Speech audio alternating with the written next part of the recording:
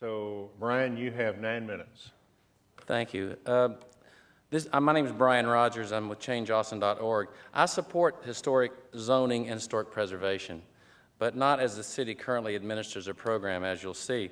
So one day last spring, I'm pulling into my driveway, and I look across the street, and I say, my neighbor, Nick. Nick's stomping around in the yard waving his hands, and he sees me, and he comes across the street without regard to traffic. Nick is a cool, unruffleable fellow, but he's mad about his property taxes. He goes, Brian, what am I going to do? My appraisal just shot through the roof. I said, Nick, we're working on that. Well, so Nick solves his problem. He comes and he gets a historic tax exemption, and so Nick now gets $10,584 on an abatement. He went for it because it was about property tax, not about historic exemption. Both sides of my house have historic exemptions. Now Eddie, who lives next to Nick, he's getting his. Now he's one of the people that are going after an exemption. So there's a little gold rush on my street. This is my house. That's a beautiful house. I think maybe I should go and get my exemption, right? So the entire neighborhood will be exempted from taxes, and we'll just offload our taxes on everyone else. What a world. Let's look down. This is a guy in Old Enfield. It's probably got a gold rush. This guy's got y'all granted him $22,884 annually forever in tax abatements. This guy here with a Mercedes, $36,164 annually in perpetuity. This guy takes the cake, literally. The cake, the silverware, the china, $45,000 annually forever. The thing about this fella here is his house was listed for $5.9 million. Well, it's on the tax rolls for only $2.9, so he's already getting a 50% tax break. All right? Now he's got the abatement of $45,000.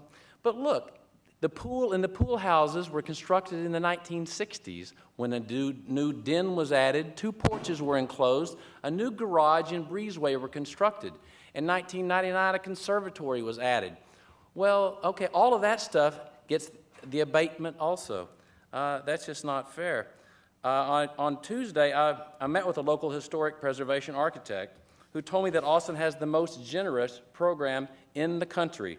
So I made some phone calls and did some research. I called Charleston, South Carolina, Dallas, this was just yesterday, Galveston, San Antonio, and Alexandria, Virginia. Nobody gives away more than Austin, not by any stretch. I spoke with Al Cox, the historic preservation manager for Alexandria, Virginia, who was kind enough to spend 20 minutes on the phone with me. Mr. Cox is a fellow in the AIA and became Alexandria's first city architect. He left an award-winning practice in Dallas in 1991, where he was also director of the Dallas Historic Preservation League and project manager of the restoration of the Texas Governor's Mansion in the 1980s. I told Mr. Cox about Austin's tax abatements. He was speechless. He had never heard of any kind of abatement program like ours. He said, quote, "That's the most generous I've ever heard of for historic preservation." That's coming from a guy who knows. But he explained how Alexandria's program works, and I think we could all learn something from it. For example, let's say the homeowner grants a preservation easement that covers the facade of their house. The value of the easement is appraised, it's donated to a nonprofit in perpetuity, and the homeowner gets a deduction on their federal tax return. I think he said the average facade easement is worth about $100,000. So you get the conservation easement, and then you get that amount, and it can be carried forward and applied against your personal income taxes for the next 5 years. So the federal government will pay for these privileges, but you don't have to put it on the citizens. So, in fact, there's other kinds of preservation easements, open space around the building, interior preservation easements, but again, it's a one-time thing, and it comes off the federal income taxes. But now it's budget time in Austin, and we're going to hear about all the sacrifices that we citizens need to make while you guys are giving money away to mansion owners. Let's put a moratorium on owner-initiated historic zoning requests for a few months. You can still leave staff-initiated requests in place. There are far better answers than what you have come up with. on this quick fix with no input from critics, which accomplishes nothing in the total likely to be approved during this interim period.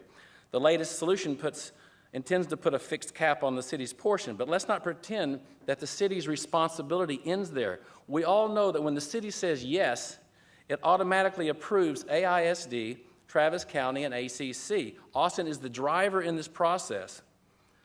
And these taxing jurisdictions don't perform their own historical worthiness exam. They depend on the city of Austin. If Austin is a poor gatekeeper in the process, then AISD, ACC, and Travis County all suffer needless tax loss. Your responsibility extends to the entire tax abatement of all of these jurisdictions.